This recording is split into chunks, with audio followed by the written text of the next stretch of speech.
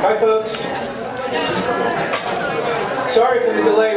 We had a wine emergency. We ran out of wine, and we went and got another case, so we should be all set for the duration of the evening.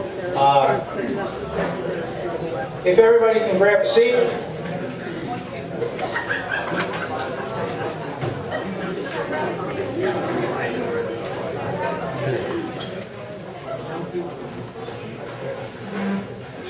Welcome, everybody.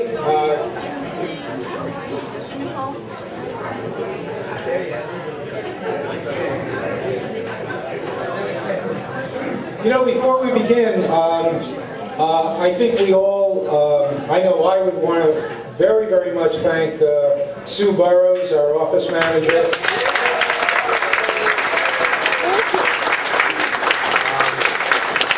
And resident party wizard. You know, over the last year, she has become the single most important person that we rely on to do union business, and she orders beer for the union party. That's huge. It's so nice to see friends and colleagues. I got to tell you a true and amazing story. When I tell the other union people upstate about what we do at the SFT, the parties, the really great faculty band, they can't believe it. They can't believe we get together this way on a regular basis. It is extraordinary. It's just wonderful. Well, let's begin honoring our people here. You know, we actually have, I believe, 9 retirees tonight. Only 4 are here. The other 5 met with an untimely death, and they're gone. We have received a number of congratulatory telegrams for this event from people congratulating themselves that they're not here tonight. I want to honor the people who are here tonight, and the first is Ann Birdwhistle.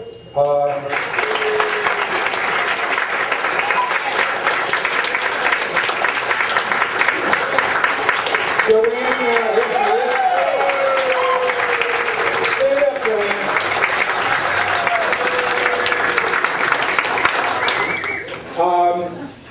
You know, I looked on my joke file to find a philosopher joke, and the one I came up with is a man wanted to tell Socrates about a rumor about one of his students, and Socrates asked the guy if he used the triple filter, and he said, "Triple filter?" And Socrates says, "That's right.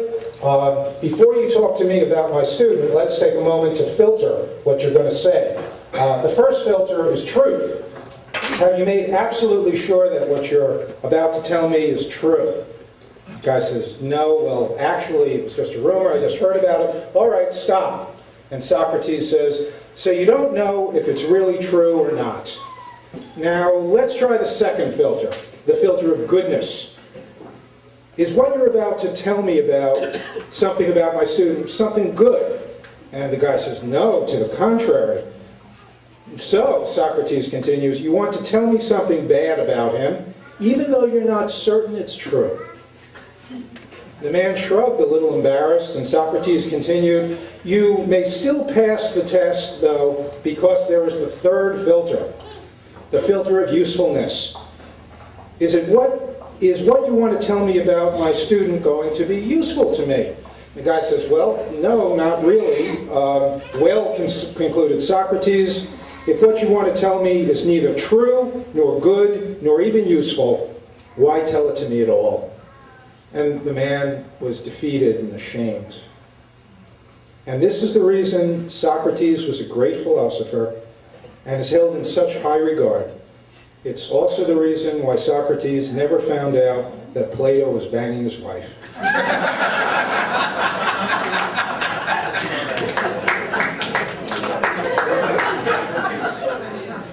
I'd like to ask Ann Pomeroy to come up, along with, I believe, a long-distance partner, to have a few words to say about Ann. You were saying at her expense. I need to come over here because I need to be able to get in the light or I can't read this thing at all. The choice. As many of you probably know already, Roger Jackson had a prior commitment to be in Chicago, so he couldn't be here to celebrate with you, Joanne, as he wanted to be.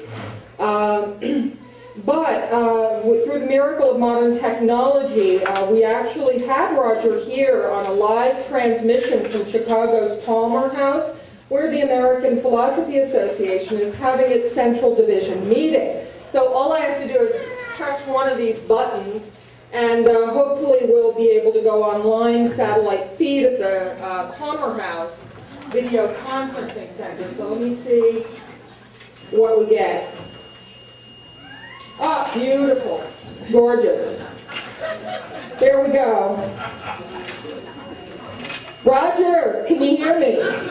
Roger? Can you hear me? Yes, I can hear you just fine, Roger. Can you hear us? Yeah, I can hear you fine. Oh, great, that's it. I can see everybody just great. Very good. Hey, everybody. Greetings from Chicago, from the Palmer House. Hey, Joanne, congratulations. Yeah? Oh, I just wanted to ask if anybody thinks about it, no big deal, but if you guys could set aside a 12-pack for me. Roger! It'd be great, some food. No, Roger, stop that. You know, we really need to be moving along, all right? All right? Sorry. Okay, good. Now, I wanted to begin by saying how much Joanne means to me. You know, it was Joanne who first called me and invited me down to interview for the job. And when I arrived, she was very gracious. She took me to her office. She asked me what I wanted to teach.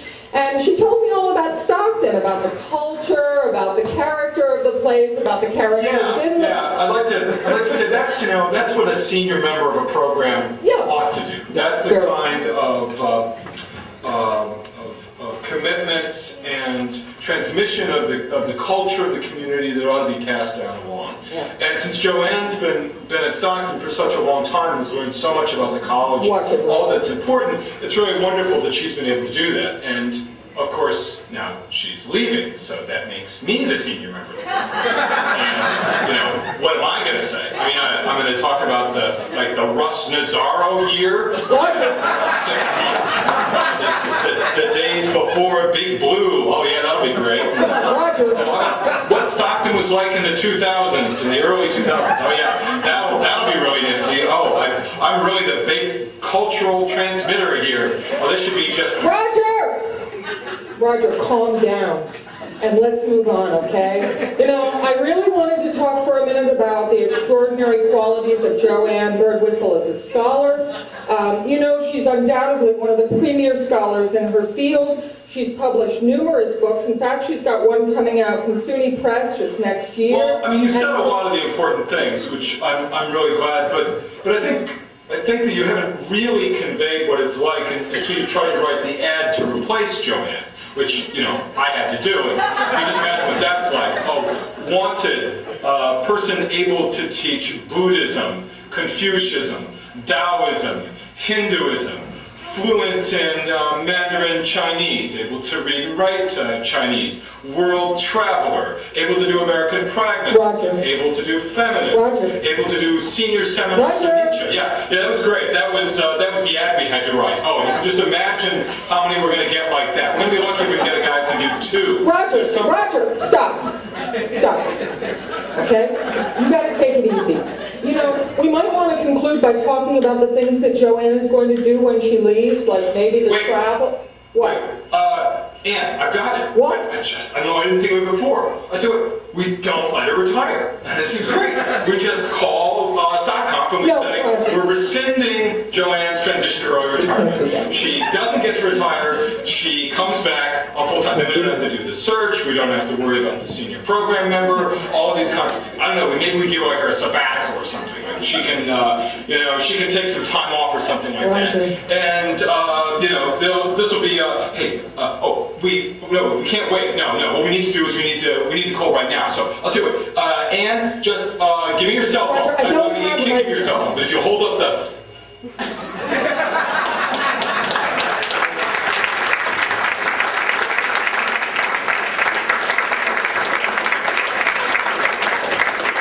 I'm really sorry about that, folks.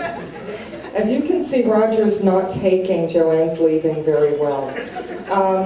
We've increased his medication, and we're going to get him some therapy. And Joanne, basically, we adore you, and we're going to miss you so much.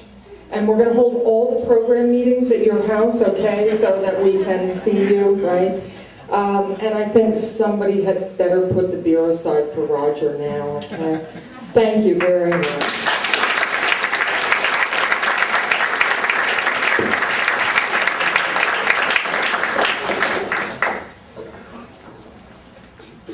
Joanne? Joanne needs to come up. Joanne, you need to come up.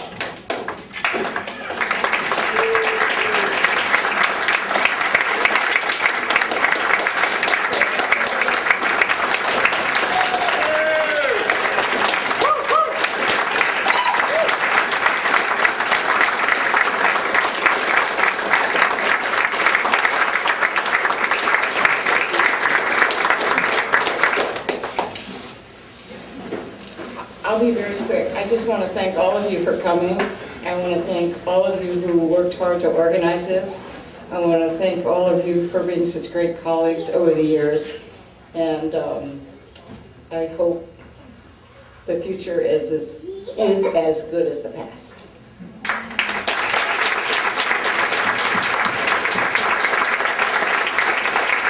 Can you get those lights back?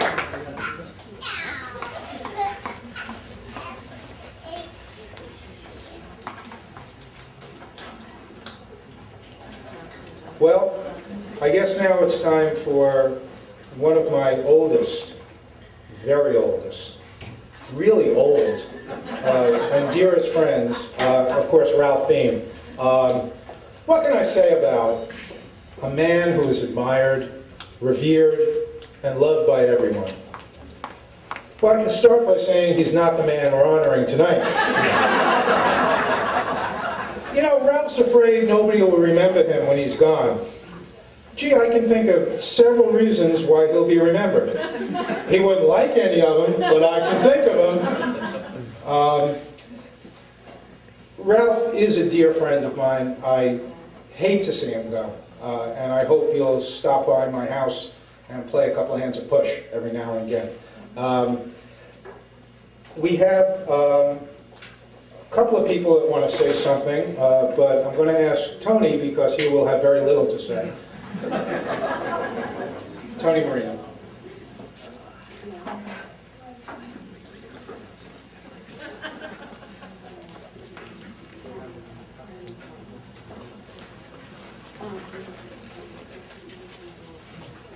Thank you, Mike. I'm a fill-in speaker. I came tonight expecting not to say anything, but Penny Dugan was supposed to be in this position, and she decided, like most of us should, to honor Ralph by not being here, she decided. And I think she got angry because she lost a game of Scrabble to Ralph yesterday. Yeah, I'm sure. When Paul asked me to fill in and say a few words, I said, look, in short notice, what can I say? And Paul said, don't worry, Ralph won't be able to hear you anyway. But, I obviously look a lot younger than Ralph, which may surprise you that I'm part of the original Mayflower crew that's here tonight. I was one of the original professors. And I made a choice on the first day after meeting Ralph, who was already pretty old at that time, that I would allow him to be my mentor. So Ralph mentored me during the early years of Stockton, which is probably the primary reason why I never got tenure.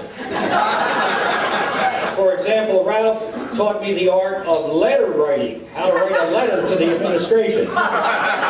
And I took that talent, and for many years I wrote a column called Faculty Corner in the Argo that really endeared me to the administration. And I can reveal now that Ralph was the real author of those articles, and he just signed my name to them. Ralph also taught me the art of how to burn down the president's cabin. Those of you who are old enough to remember, sometime, I think it was in February of 1973, we had a crisis meeting. Bill Daley and I were just talking about this last night. We were in a big union meeting at 8 o'clock at night. Imagine faculty, how devoted we were to be all out there at 8 o'clock at night in a union meeting. And it indicated the crisis we were going through. And Ralph was chairing the meeting as usual, and as usual he was totally unprepared for the agenda. But we were muddling our way through when all of a sudden the doors flew up and someone yelled, "The president's cabin is on fire." And we all ran out to the gallery, and sure enough, across the lake, cabin number 3 or whatever it was called was in flames. And to this day, Ralph and I are very thankful we were in that meeting, because we probably would have been the primary suspect for that event. But as I said, Ralph mentored me, and one of the first things we did the second week of Stockton's history, Ralph started what is still going on, the legendary poker games. And you know, I was from South Philadelphia, and we had other games. We didn't really play poker in South Philadelphia, so I was not very well schooled. So he invited me to the very first weekly poker game that Stockton ever held. And I sat there among the sharks, all senior professors, most of whom are gone now. Ralph Bean, Jerry Ensko, Adrian Jaffe, just to mention some of the people who were there. Ralph's still here. Ralph is, but not for so much longer. And these guys were making big money. They were making $16,100. And I was a young assistant professor making $10,100. And you had the upfront cost was $20 to get into this poker game, which for me represented about, what, 30% of my take-home bi-weekly pay. And within like 12 minutes, my $20 worth of chips were sitting in front of Ralph. And I left, and I never returned to that game. I said, lose once, and I'm not going back. So he mentored me in letter writing, he mentored me in poker. He also mentored me in how to get a job when you have to leave Stockton. But you should know this, Ralph, a lot of us think of Ralph as being very altruistic. And perhaps he is.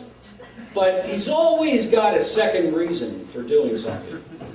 Now, I assume many of you have admired that wonderful office Ralph has, the corner office overlooking the lake. That office once belonged to me, because I was smart enough. Well, I should have been writing my doctoral thesis. I was looking at the blueprints for the college and discovered that that office had been assigned to Sobel. And I remember I worked out a deal with then the dean, a guy named Bob Brown. And I said, I want that office. And he said, well, no one's ever asked me for it. So when we open that wing, you have that office. So that was my office for the few years I was at Stockton. And along with Ralph, we helped organize the SFT and so forth. Ralph came to me one day and said, Tony, you're going to have to move on. I said, yes. He says, you know, the union's looking for a second full-time staff member. At that time, we had just hired one, Tom Worth, from the Stockton faculty. He says it's going to be tough to convince the statewide council to hire as the second staff person a person from Stockton, 2 Stockton reps. That may cause some problems upstate. And I said, well, you know, Ralph, I enjoy organizing for the union, and whatever you can do, you can do. And sure enough, a couple weeks later, Ralph came back from a statewide meeting and said, Tony, you're in. I talked him into it. I told him what a wonderful guy you are and so forth and so on. I said, geez, Ralph, thanks a lot. And he said, well, I really do think highly of you, but the real reason I did it, I want your faculty office. And before you announce you're leaving, let me go in and close the deal. So that's really how Ralph got that faculty office. And he loves it, and I hope somewhere out there someone is scheming to take over that office. Because there's only been 2 occupants, myself and Ralph, and it's a great office. I'm sure he'll like it. In any event, I'll end now because if you may remember, 10 years ago we roasted Ralph. And, you know, there's nothing more to say. He hasn't done much in the last 10 years. You know, Vera's gone, so, you know, he's quiet now. He's settling into early retirement, and he sits around in union meetings, he and I as two old-timers in the back of union meetings, and he keeps turning around and saying to me, damn it, these new young union leaders like Mike, they don't realize all the pain and the hardship that I had to go through to get the prior administrations to even look me in the eye, let alone grant anything. So in many ways, the college has changed dramatically. And I think in the history of Stockton, one of the main reasons Stockton is what it is now is because we were fortunate enough to have Ralph Bean on the faculty. Thank you, Ralph.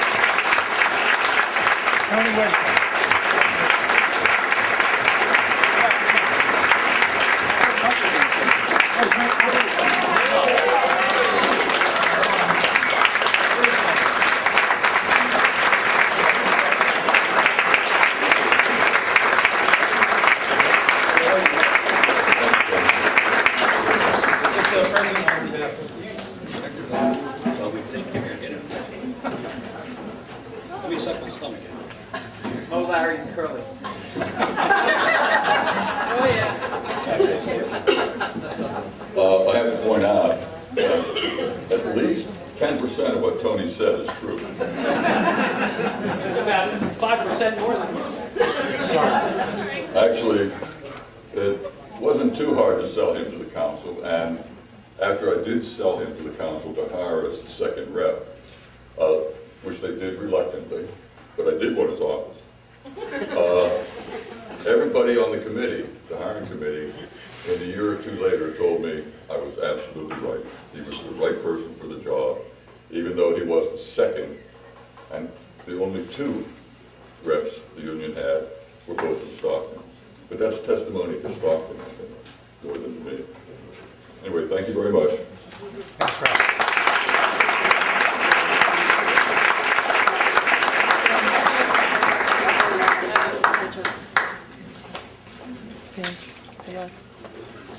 Boy, Tony, for somebody that didn't have anything prepared, that was kind of amazing.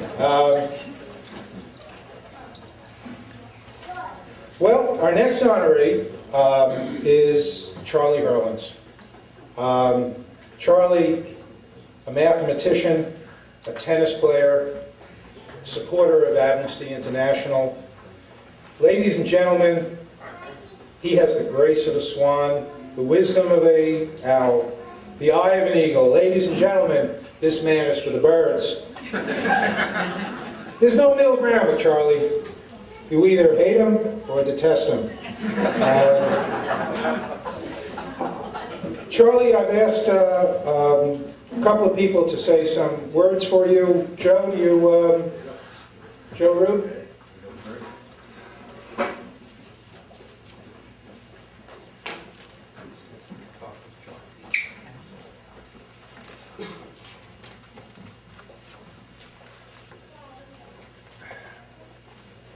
Hello, everybody.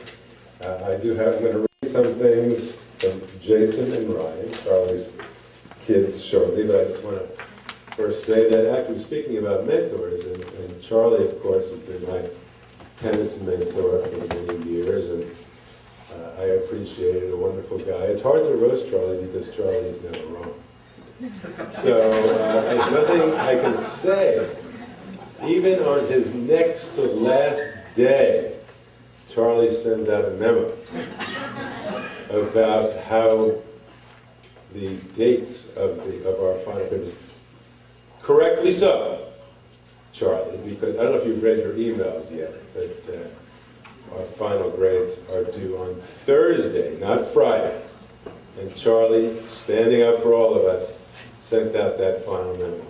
So Charlie's been my tennis mentor, and I just love playing with every Friday afternoon. So I'm doing the carpool now, unfortunately, on Friday afternoon. But for many, many years, in order to tune me up, because I was not a good player as Charlie, many years to tune me up for our Sunday match, Charlie would take me out on Friday afternoons, and we would hit the ball, and then Sunday we would often win, and sometimes lose. But I really appreciate that. So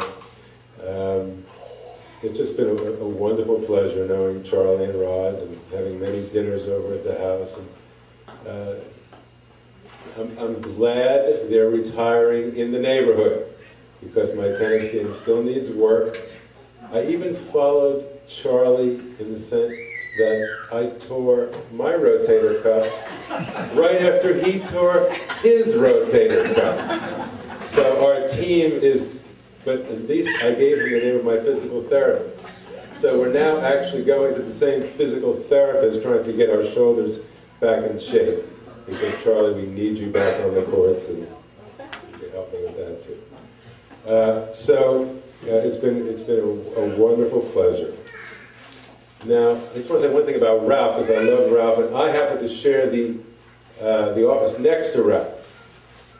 And I know all of Ralph's secrets, because as his hearing has gone down, I hear all the telephone calls, all of everything. So if anybody wants to know what goes on in that office, and I don't know if you know, but they did play cards in that office. I don't know if you've ever heard about that. But for years, actually, I thought Ralph was going through a homosexual phase.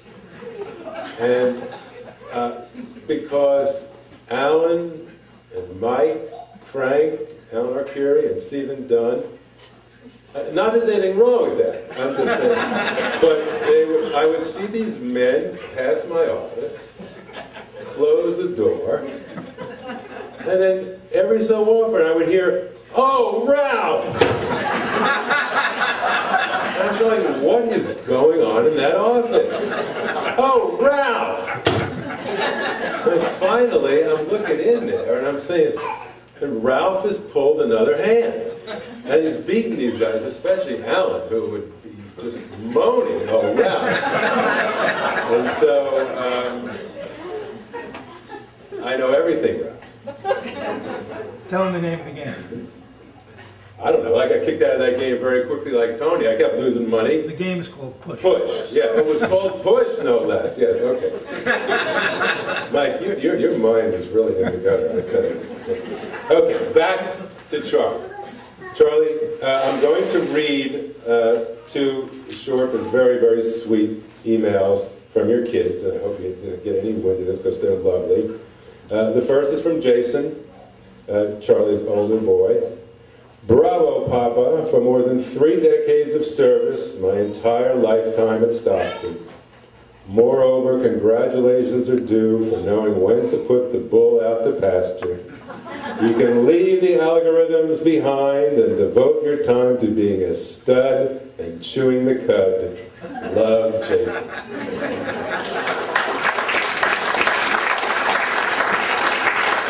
And here's one from Ryan, the younger boy. "Here's to my dad, who spent my childhood hanging out with the kids while coaching baseball, soccer, and tennis teams. Now that he's retiring, can he really be that old? He's at the beginning of the end, the part of the circle of life where it's okay for him to be a kid again. You'll only find him on the tennis court from now on, hoping life continues to be good to us all. Congratulations, Dad."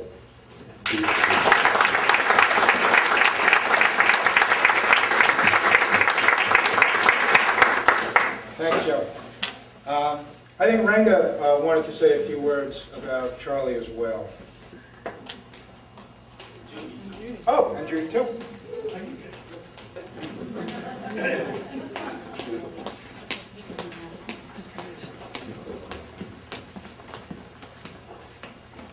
Hello, good evening everyone. I've been in Stockton only for 15 years, unlike the previous speakers, several speakers we had. So we know Charlie only for about 15 years. I came in '91. I came for my interview in hot summer month of July. It was a 1-year position. I had just gotten my PhD, got married. I had one suit. This is not the one. I gained about 30 pounds now, because we have a happy family in the math program, so lots of parties, so definitely I've gained 30 pounds, so I cannot fit in the wedding suit anymore. So I came dressed with my suit for the interview. Barbara Byrne, the then dean, we went to the office.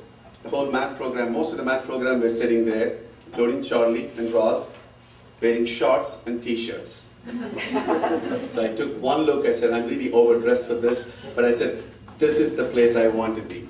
I think I can imagine spending the next 40 years here, because it was really impressive. And it has been a wonderful time for me. And Charlie has been a remarkable, remarkable inspiration, personally for me.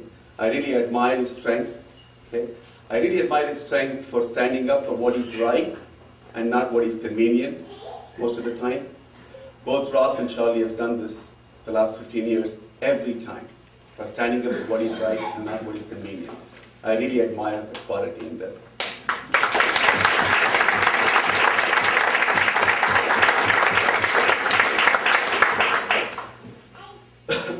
Also, I know that Charlie has a lot of different interests. He plays bridge, he plays tennis, he's good at sports. I didn't realize he also has fascination for license plates.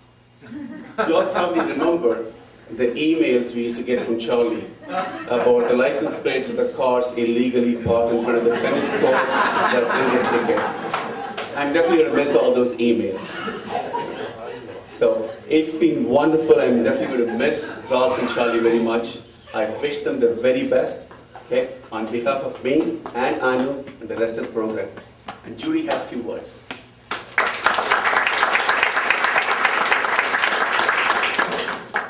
I was warned by Charlie and Ralph that if I say anything mean, they can still change my grade, so I'm going to keep it nice. I just want to say that I had the privilege of knowing you both as your student and as your colleague. And I had hoped and expected that as your colleague I'd have a lot less homework than I had as your student. But I found that I had to work 24 hours a day to keep up with your legacy. And it's going to be a hard legacy to fill by everyone and anyone who comes in as part of this program. There hasn't been a moment in the past 17 years, and it's been 17 years, guys, not a moment when I haven't spoken about both of you with love and respect. And that's because you truly deserve it. And I just want to thank you for the presence you've always been in my life, and I'm going to continue who you are in the future. Thank you.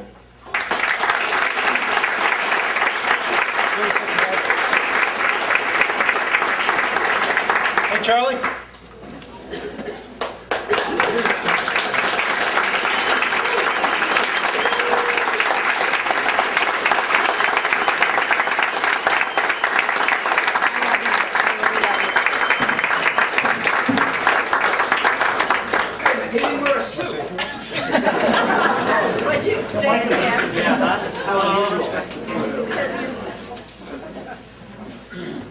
Unlike Tony, I actually am going to say a few words.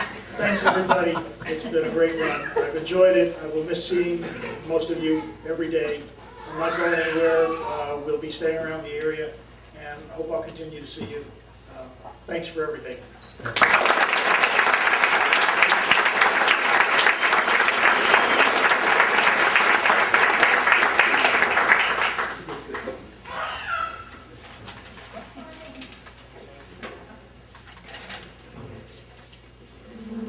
And last,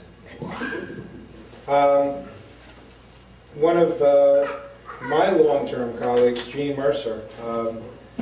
I met Jean, she interviewed me in 1977.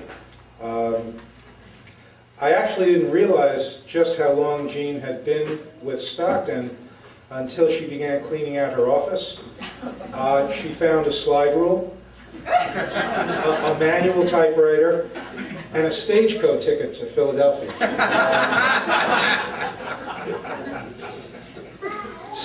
Jean, I mentioned to you, was one of the Stockton faculty members who hired me, and it's a decision she's always regretted.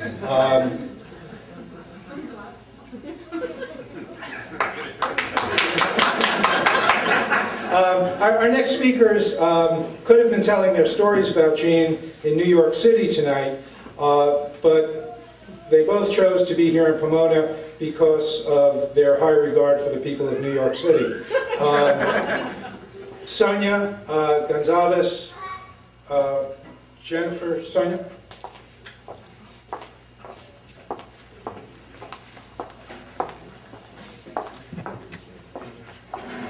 I really hate it that Jean is leaving. The best of Stockton for me has been the people who have come to love here, and for me, Jean is the prototype of that group of people. So it's not a good time for me that Jean is leaving. Jean hired me, as she did Mike, but I don't think she regretted my hiring as much as she did Mike. And I have that on good authority. She has been my mentor, my colleague, and my friend, and through all those relationships, the characteristic generosity that Jean has shown me continues to be a part of what amazes me about her and about the way she deals with everybody at Stockton. When I was hired, Jean called me the next weekend and invited me down to spend the weekend at her home to look around the neighborhood and pick out somewhere to live. Now, she'd only met me in the cafeteria because they hired me in the summer when they were desperate, and so I didn't even have a formal set of interviews, but she invited me to her home, and that characteristic generosity has been part of what I have treasured about my relationship with Jean. We've worked together, research work together, we've even co-taught a class, done a lot of traveling to Philadelphia and to Atlantic City to collect data for research. And as a colleague, Jean is just about the smartest person I know. She's so smart. I like smart. I'm really prejudiced towards smart. So I appreciate her smartness, her meticulous attention to detail. She's productive, and she has the highest integrity. But Jean is a super sleuth. She can find anything, anywhere. No resume with weird stuff is going to get by her. So if there's something weird on a resume, she won't just notice it. She'll track it down, she'll call the program, she'll interview somebody. When she gets into this mode, she's tenacious and fearless. And because of that, she got herself in deep trouble with some charlatans who were practicing what they call attachment therapy. So Jean was an expert witness in a court case, and she made some serious enemies. One of the guys, I think his name is Wiedemann, decided to smear Jean and put a story all over the internet and Wikipedia and everywhere that Jean used to be a man. I swear I'm not making this up. Absolutely true. And so he started referring to Jean Mercer, aka Jean Lester, / otherwise known as something else. And each time he kept saying in his dialogues that I kept reading that he doesn't know what gender Jean Lester is now, or Jean Mercer is at this time. And one of the recent quotes that I got from this dialogue, and it was so funny, he wrote that the Stockton website is silent on her gender, I quote. It's silent on all our genders, but so Jean's fearless mode has gotten her into continuing trouble. This has been going on over a year, and she keeps trying to establish that she's always been a woman, she does have ovaries, and they've always worked, and there's no other person, but he's not willing to be convinced, and the dialogue continues. Just this week, on the Wikipedia discussion site, much of this was unfolding. Well, the funniest thing about checking on this every now and then is that the last time Wiedemann wrote something nasty about Jean, Jean responded by correcting his spelling. So she didn't respond and say what you said was wrong. She just said, you have spelled these words incorrectly, and the correct spelling is as follows. So that's the sort of attention to detail that we get from Jean. In all areas of our work in psychology. As a friend, Jean has been generous and supportive. We have had our escapades. Jean and I have stood in line at the Trocadero in Philadelphia to get tickets to see the Scatolites.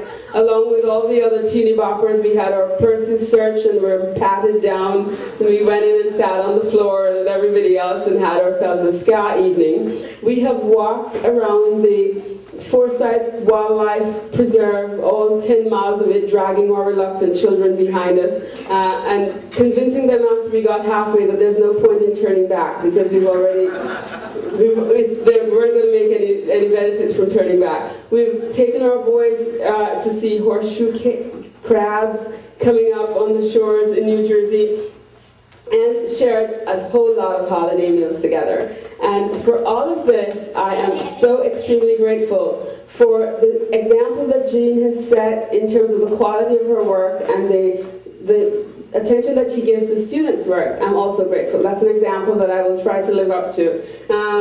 I think some changes are for good, but this is not one of them. It's not a good change for me, and it's not a good change for Stockton.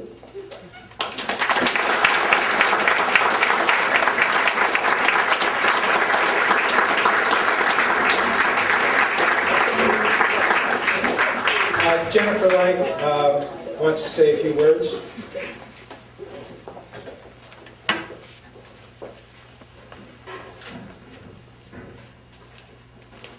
I also am sad about this, and I just wanted to say a few things about why. I think I'm tied with Judy as the one of the newest members of the faculty who's up here tonight. I came in 2001, and Jean was my mentor. I really needed a mentor, and I was glad to have her because I was coming from another career in counseling psychology, and frankly, I hadn't taught undergraduates. I think I was in the same desperate summer hiring program that there used to be on a chronic basis. And so I was in way over my head. And fortunately, I had been assigned to Jean to be my fearless leader, and because the first semester for me was a total disaster. First of all, the second day of classes for me was 9/11, which was really just symbolic. The whole thing went downhill from there.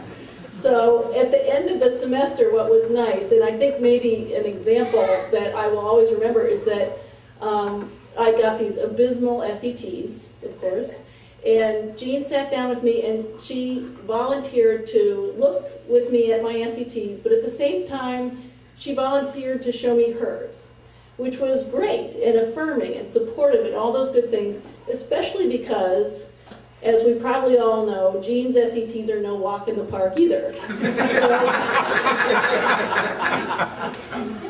that was actually awfully nice. And in fact, I believe that semester she had been giving multiple choice tests with 7 possible answers.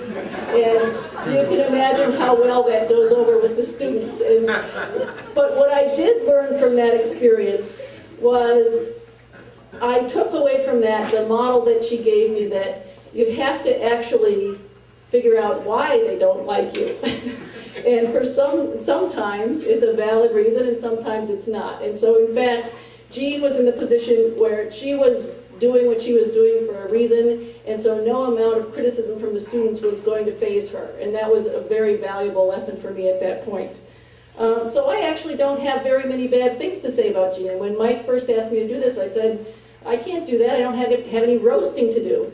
But then I went away and I thought about it for a second, and I thought, but I know who does, because we actually share many of the same students, since I teach advanced statistics and she teaches history and systems, or taught history and systems, and both of those courses were required for the BS in psychology. So in fact, this whole semester and last year also, when I see the students at 8:30 in the morning for advanced statistics, they're often in there already roasting Jean, because, for example, this morning, they were roasting her like crazy about the 20-page paper they had due later that day. So I went to them, but I didn't go to them directly because they'll never tell you what they think. I went to ratemyprofessor.com, which perhaps you're familiar with, that website where the students get to tell the other students about what they think of us. And everybody's probably looked at your ratemyprofessor.com comments and searched for the elusive chili pepper. You haven't? Oh, well, you should. The chili pepper is your sign of hotness, but I'm not going to go into that right now. So I just want to share with you a couple excerpts from the comments about Jean that I think are probably particularly valid. The first one says, Professor Mercer is one of the best professors at Stockton. She teaches you how to think, does not regurgitate a textbook, and relates materials to the real world. If you are interested in learning, then take her classes. However, they are not easy and require a lot of work and thought. If you are up for a challenge, then Professor Mercer is perfect. The second one said, She makes you think, and she wouldn't be a good teacher if she didn't. No, she isn't going to care about your laziness. Hello, you are in college, and if you are taking this course, then you need to learn to think. I think she does a wonderful job, and I'm learning a lot from her. And then the last one said, I thought she was an awesome teacher. College is supposed to be tough. Get over it. So I think those are fairly characteristic of the comments that you hear about Jean's classes. And in fact, I ran into her earlier in the hall this week because we were both teaching on B-Wing. And I realized that as I was getting excited about nearing the end of the semester before summer vacation, she was probably getting really excited about nearing the end of the semester before the permanent vacation. And it occurred to me that she was probably teaching her last class of her career very soon. And in fact, I guess it was this afternoon. So if you think about it, if she's been here 32 years, then by a conservative estimate, that means she's taught approximately 6,240 classes and probably graded something like 11,400 papers and 54,720 exams, give or take a couple thousand. So that's not to mention the recommendations and the emails and the committee work and the papers and the articles and the books and so on.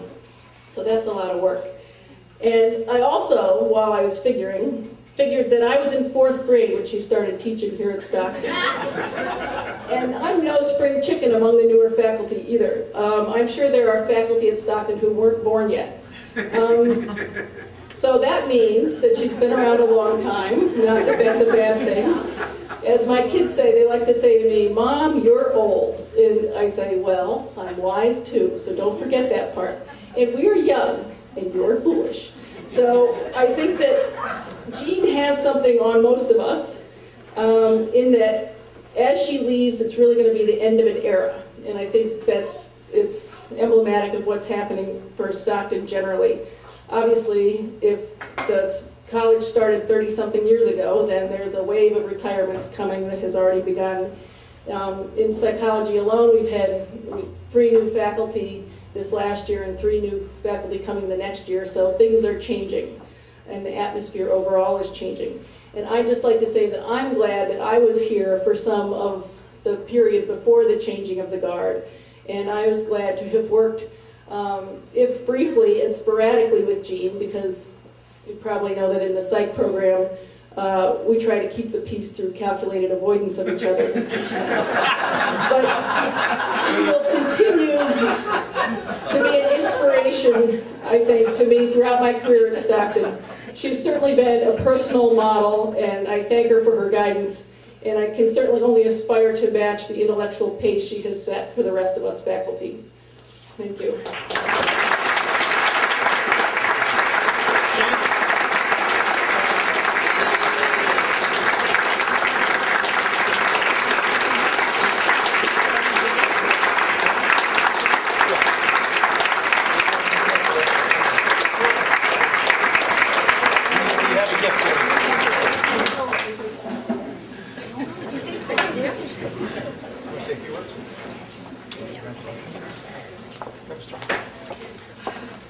Well, you all, I would cry, but I guess it would be unmanly.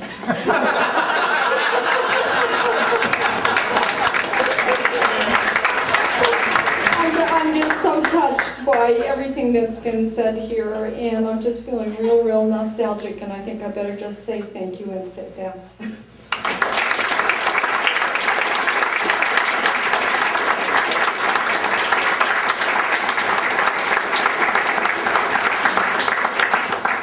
Folks, the band's going to play one number for each of the honorees, and a few others. and then afterwards, they're going to segue into a little boogie dancing music.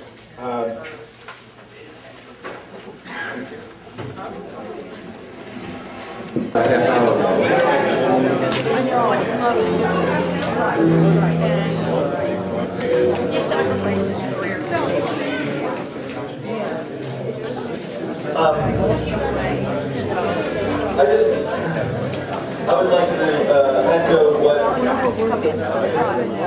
of the other folks had talked about in terms of the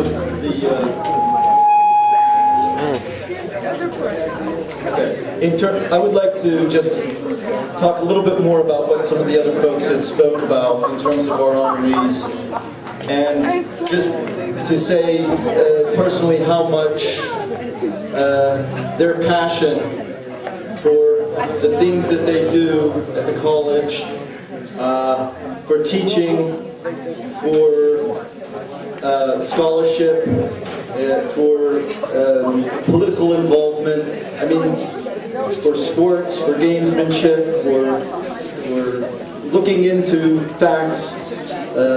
All of that is such an inspiration to me personally. I mean, I know some better than others. Of course, Ralph was the person who got me involved with the union. Ralph is the person who got me involved with the union in the first place. Sometimes I may regret that, but I'm still at it. I looked at Charlie as an inspiration for his involvement in politics, and of course for his his backhand, and will probably forever do that. And I look to Joanne and Jean as people who are just incredible scholars, and hope one day to be able to match the level of their achievements. So, in short, their passion represents a dream about Stockton, and of course they've been here for so long, as other people have referred to, they've passed on to those of us fortunate enough to know them, I think a little bit of that dream. So this song is based on, will hopefully be sung for Charlie, Jean, Joanne, and Ralph to the tune of the Big Rock Candy Mountain. And it's entitled The Dream of Stockton College. And maybe we should practice first, because there's a chorus. And in the chorus, on what you've been handed, you're supposed to join in. So, can we do a complete chorus? All right. The chorus. So they can practice too. Okay. Okay, ready? Oh, the buzzing of the mines in the Jersey pines, a paradise of knowledge by the muse-fed springs where the osprey sings in the dream of Stockton College. All right, that was pretty good. Okay, we got it. I don't care about you guys. We know it now. I think the audience could be louder though. Should we make it practice again? Yeah. All right, one more time.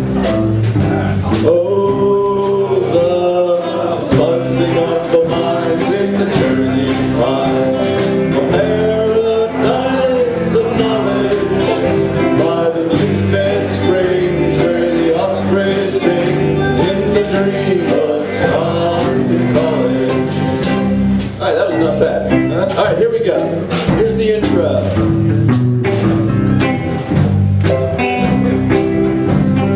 Summer's day in the month of May, professors they came hiking round the 70s time through the Jersey pines, looking for their calling. They strolled along and hummed a song, a school of milk and honey, where a hawk can stay for many a day. And you teach for love, not money. Here we go now. Oh, the buzzing of the mines in the Jersey pines, a paradise of knowledge by the muse-fed springs where the osprey sings in the dream of Stockton College. Now, in the dream of Stockton College, students love your talks and little pearls of wisdom come trickling down the rocks. The teachers' classes, all their fruit, the students are full of life. Well, I'm bound to go where tenure grows the dream of Stockton College. Here we go. Oh, the buzzing of the minds in the Jersey pines. Paradise of knowledge, by the amusement springs, where the offspring sings in the dream of Stockton College. In the dream of Stockton College, state settles without fuss. Trustees all are Democrats, and the college is ruled by us. The deans may have to tip their hats. Presidents speak the truth. Oh, there's an academics too, and freedom too. You can paddle all around in the big canoe, in the dream of Stockton College. Oh, the buzzing of the minds in the Jersey pines. Paradise of knowledge, by the amusement springs, where the offspring sings in the dream of Stockton College. In the dream of Stockton College, study is your pleasure. Math and writing come along as you take a course in leisure. Oh, there ain't no stodgy lectures, no cheaters, fakes, nor hacks. I'm bound to teach where the students reach, where they hum the jerk, who made school work in the dream of Stockton College. Oh, the buzzing of the minds in the Jersey pines. Paradise of knowledge, by the misfit spring, where the offspring sings in the dream of Stockton College. We'll miss you all this coming fall, in the dream of Stockton College.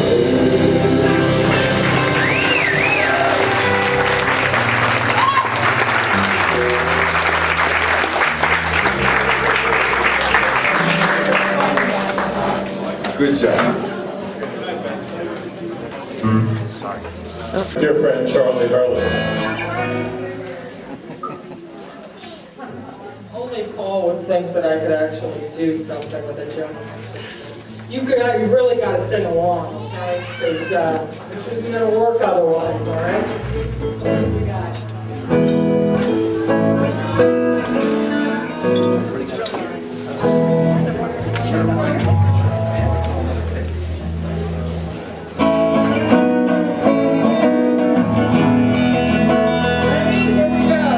Charlie's playing tennis out there by Lake Tam. And he parks his car and he surfs up from a surfman. Oh, Charlie's a campus cop, so I'm gonna tell you about a little girl.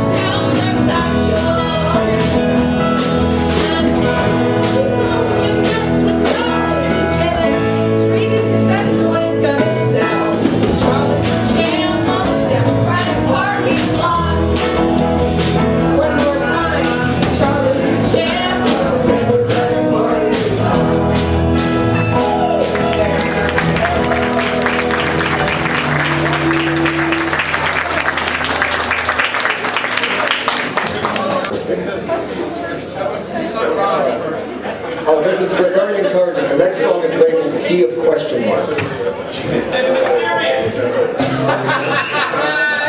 Okay. This is a join-in song.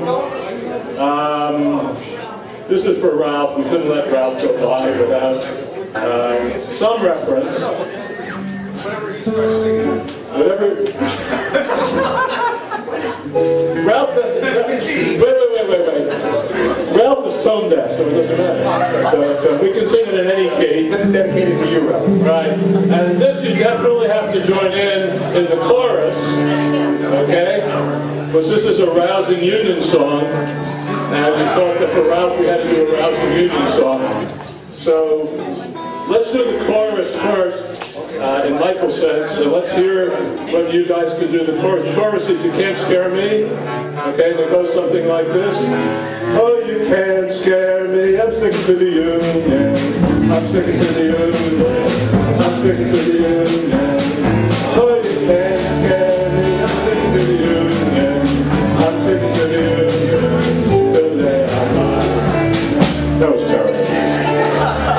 You got a key?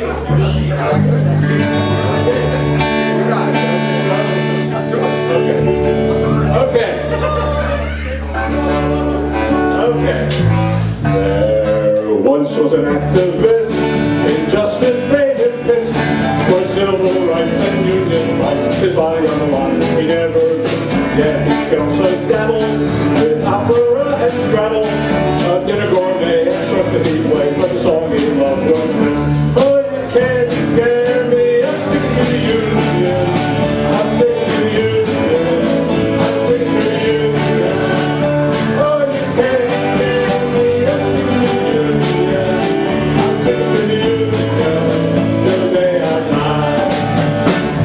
As a campfire keeps Dora, for Olivia and Dora, your Emma's a Gemma, and there's Quentin and Preston, and there will be Andy Laura. But let's not say goodbye, they will only make us cry, and scream and curse or something, or something said, or something good.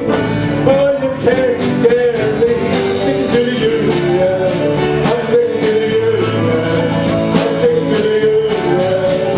Oh, you can't scare me, I'm sticking to the union, I'm sticking to the union, till the day I die.